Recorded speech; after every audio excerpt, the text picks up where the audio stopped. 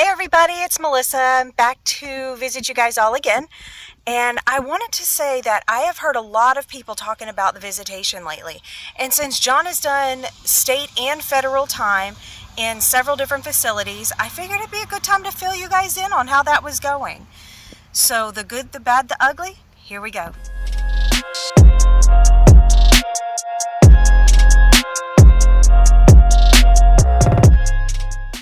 So, as you all know, Jonathan from Prison Life Inside and Out is my husband, and he has done a collective of 16 years in prison between South Carolina State, Georgia State, and even federal. So the visitations have been all over the map. Now, for some of those visitations, I was too young to go. So I did not get to actually visit him until he was in the Coastal Center in Savannah. And when I went down there to visit him, we thought that I had been approved. Come to find out, after my brother drove me down there, dropped me off, and left, I was not able to go in. So I ended up having to sit outside of the facility and wait for my brother to come back for me. And that was about a 6-hour wait because at the time, cell phones weren't popular yet, so we didn't have any. The state guidelines when he got to Georgia were a little bit different, but I was older and I didn't have as much trouble as far as my clothing and things like that. Pretty much as long as you were covered and you didn't give them any problems, then you didn't have a lot to worry about. So it was pretty easy when he was at the Georgia facility. Now, I still had a few tricks up my sleeve, so we usually have a change of clothes with us, things like that, just in case. Now, when John got to federal prison, it was like a whole new world when it came to visitation.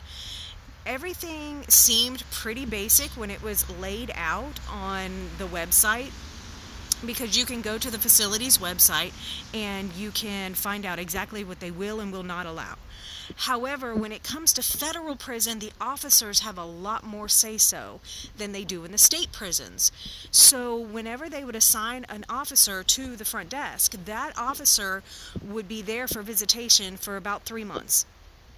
And you got to know which officers would let you do what, and which officers were intolerant of everything. Maybe that officer knows who your family member or spouse is on the inside, and depending on how that relationship is, can affect how they treat you when you're signing in for visitation. It's completely unfair, but it's the way it is.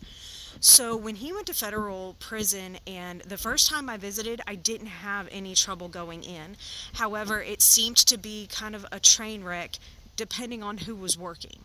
So I had one officer tell me one time that my t-shirt, it was just a regular t-shirt, nothing fancy, didn't show any skin, that it outlined my breasts. Now, I don't know how many of you have experienced something like that, but it was completely offensive. I had to flat out ask them, I said, what won't outline my breasts?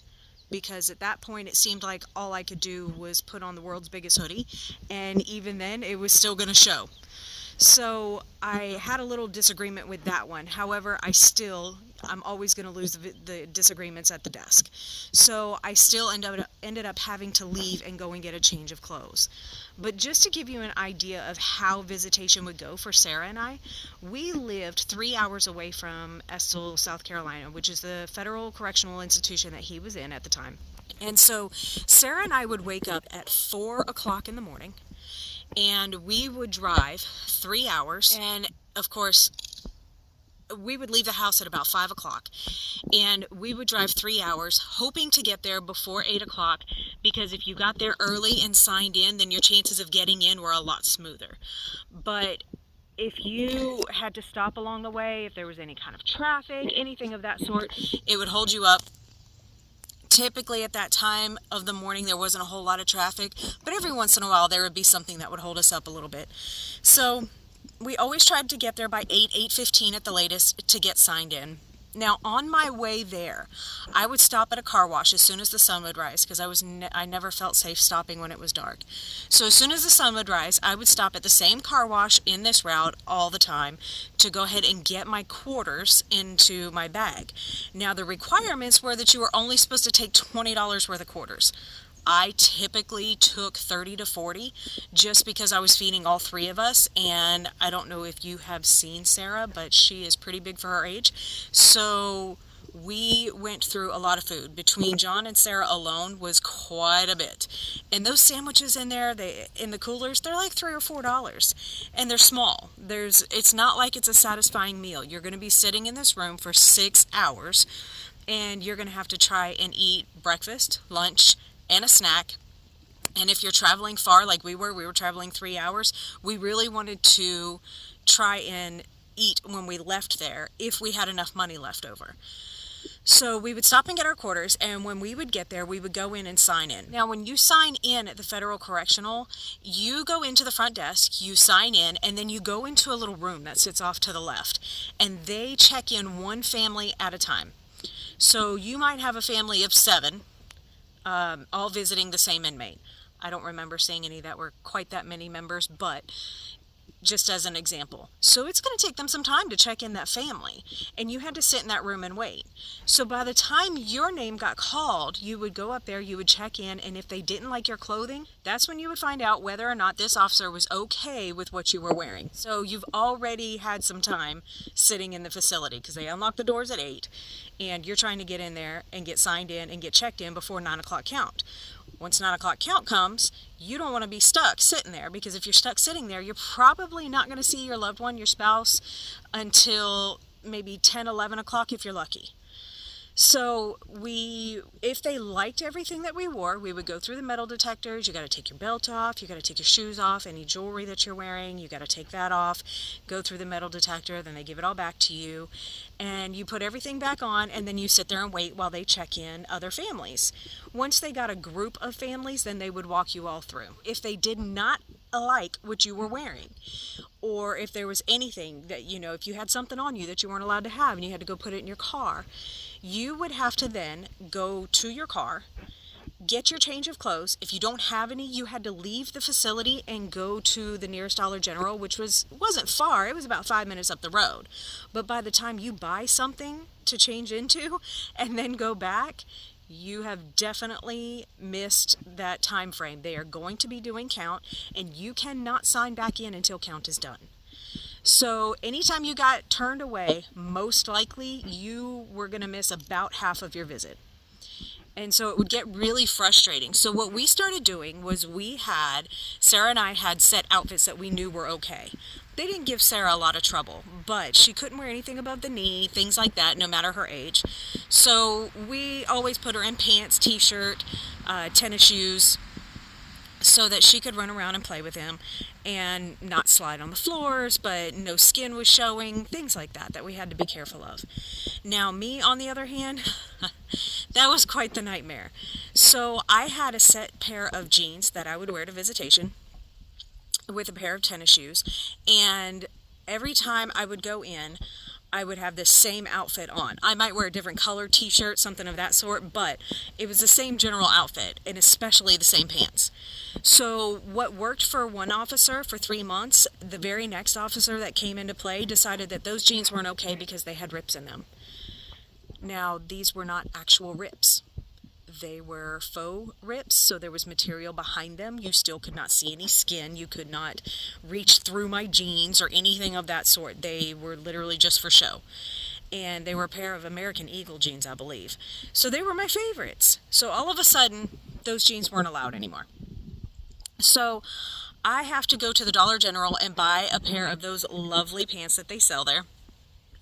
In these pants, I bought 2 sizes too big on purpose, just so they couldn't give me any more crap. I was not missing any more of my visit.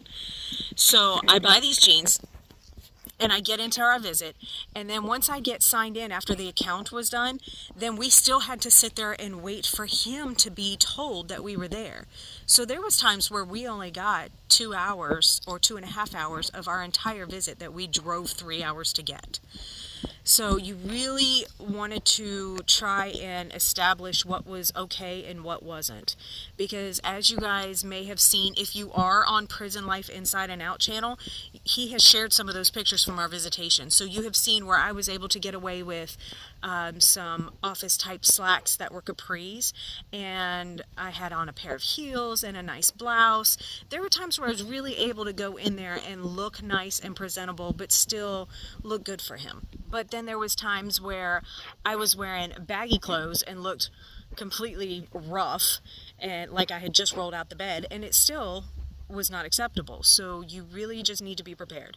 We went ahead and started putting a pair of loose-fitting pants and a loose-fitting t-shirt or 3/4 length sleeve shirt in the trunk of the car, so that way if we had any trouble we could change out, no problem. We didn't have to go to the store, we didn't have to spend any of our money that we brought for food, anything like that. So once we started doing that, we didn't have as many problems, but it is really, really important to know what is and is not acceptable. It's okay to call ahead to the facility and say, hey, is there any do's or don'ts? Because whoever is working is going to be able to tell you, because they rotate out. I believe it's every 3 months. So they'll be able to tell you what they will or will not accept before you go up there. And just try to be nice, even if they're being ugly, because most of the time they are going to be jerks. Even if they're being that way, just go ahead and try to be as nice as you possibly can, because you have everything to lose and they have nothing to lose by turning you away. I have literally driven 3 hours after spending the day trying to borrow a car just so I could get there. My car wasn't reliable at the time. So I had to borrow a car to drive there for our anniversary.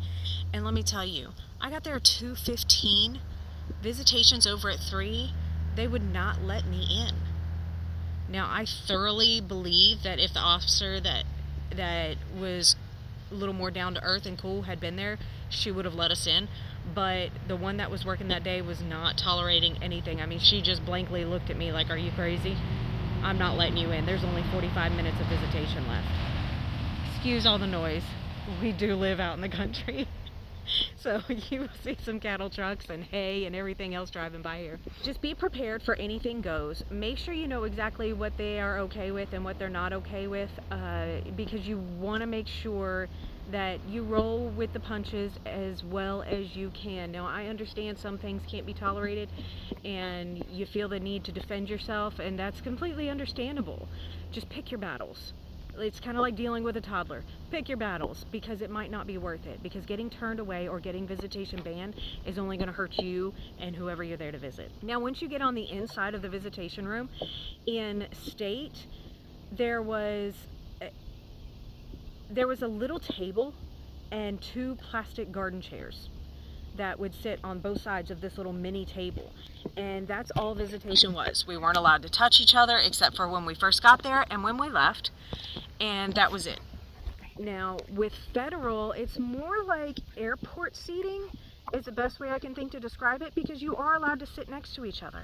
So that part of visitation on the federal side was so much better.